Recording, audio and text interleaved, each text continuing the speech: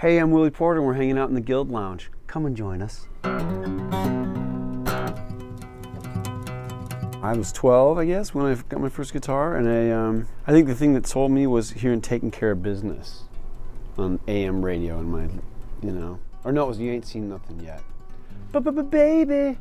The power chords in that were just, but the first tune that I've heard that really, really shook me up and made me want to play guitar was, Don't Come Easy by Ringo Starr. And Eric Clapton plays that great Leslie guitar thing on that at the beginning. So I just always wanted to be a guitar player as long as I can remember. I took some lessons from this lady who was she was a folk singer. The best thing she did to me was she said, the guitar is just one part of the tune. And she said, I know you're 13 or 14, but I'm going to make you sing. So she made me sing songs at a very early age. And I was learning Dylan tunes and Peter, Paul and Mary and a lot of really classic folk stuff. And then I went off on my own and went to conservatory for a semester of classical guitar, but was asked very kindly to leave because it just wasn't working out.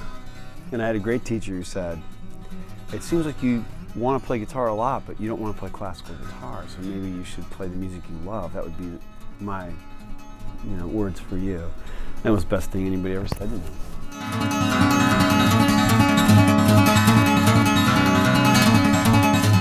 The reason I'm drawn to the guitars is tonally they're very balanced, and you can really play them aggressively. And I have a whole bunch of different guitars that they've given me over the years.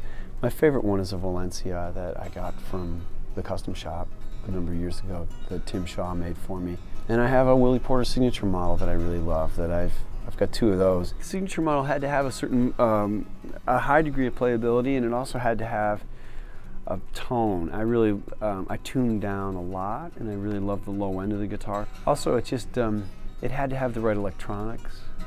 It had to have the right woods and stuff, and it had to have the right feel.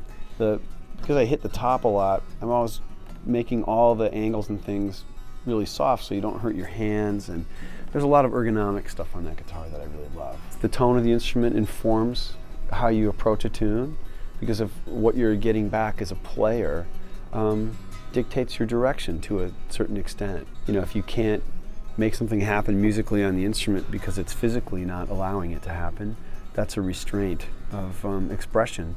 So with my signature model, it's a cutaway. It's set up so that it's playable all the way to the top, and there are really no limitations. If you tune all the way down to double open A, for instance, on the bottom string, if you go all the way to A, it intonates properly. The neck, everything's been set up to accommodate that, and it sort of empowers the wonderland of guitar. It's a great brand, and I think they've brought the guitars to a place that, is really impressive. I think there's a lot to come from them, and I'm just really inspired by them. You pick them up, and they seem like they have songs in them.